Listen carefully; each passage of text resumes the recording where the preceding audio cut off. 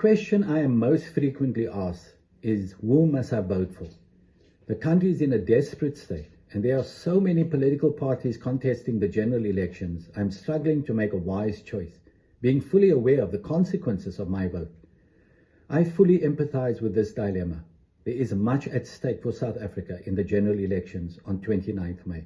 However, although I cannot tell you who to vote for, I can provide factual information to help you make informed choices. Voters have the power to effect change in South Africa, so that's why it's so important to vote this elections. Most political parties have published manifestos outlining their policy stance on key issues. It also provides insight into their political ideology. However, you and I must not only evaluate what political parties tell us, but more importantly, what they are not telling us. For example, the country has experienced zero load shedding over the past month. In the months prior to April, the country suffered blackouts of up to 6 to 8 hours a day, wreaking havoc with the normal social and business life. How did we suddenly achieve zero blackouts? The only reasonable conclusion to arrive at is that it's an election year and the ANC regime plans to deceive the electorate that they are on top of things, and nothing can be further from the truth.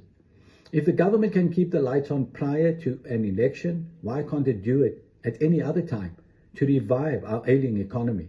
And this proves the ANC do things for their own purposes, and also proves the ANC governs in its own best interests, not in the interest of the people of South Africa.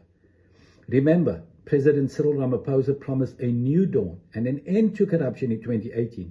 However, corruption escalated alarmingly during Ramaphosa's failed presidency.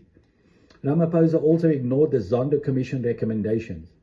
Most of the ANC officials implicated in serious corruption are not only secure in high-paying government jobs up till this day, but feature prominently on the ANC candidates list for provincial legislatures and parliament, which means they're going to be back if the ANC wins a majority on the 29th of May. When one considers the utter devastation caused by ANC corruption and incompetence, then not one single citizen in this country should vote for this criminal enterprise. The manifestos of the EFF and MK parties reads like a blueprint for political and economic disaster. It will transform South Africa into Venezuela or Cuba. One can only describe it as national suicide.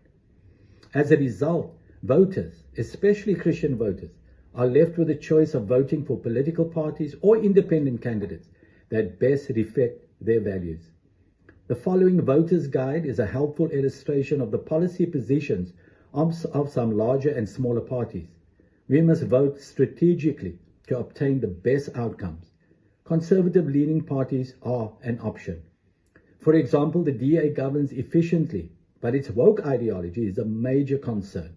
The Western Cape is reputedly the best governed province in South Africa, but the DA is also implementing sexual orientation and gender identity policies in Western Cape schools to indoctrinate innocent children with LGBTQ and gender identity propaganda. This must not be tolerated. Consequently, if the DA wins less than 50% of the vote in the Western Cape and has to form a coalition with a more conservative party, then its woke policies will be restrained by its coalition partner. Thus, we get efficient governance minus the woke insanity. This scenario is also possible on a national level. Polls indicate ANC's support will decline to about 40%. Christian citizens must fervently pray that God will intervene in His mercy and grace and confound the wicked, so that South Africa will have a coalition government of national unity after 29th May that excludes the destructive ANC, EFF and MK parties. This means we must encourage everybody within our influence to vote for non-corrupt, competent conservative parties. If these parties find themselves in a governing coalition of national unity, they can restrain the liberal parties from advancing harmful ideologies. This general election will be different. For the first time, we will receive 3 ballot papers and not 2 at the polls. First is the national ballot, which contains a list of 52 political parties contesting 200 seats in the National Assembly. This ballot will be consistent across the nation.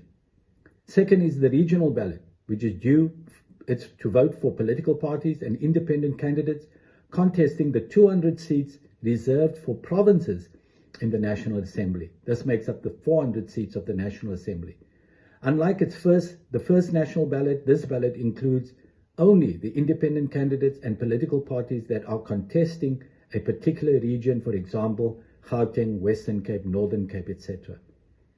Third is the provincial ballot, which is unique to each province. Voters will use this ballot to elect political parties and independent candidates to serve in their provincial legislature. You could vote for different parties on the national and provincial ballots strategically if you so wish.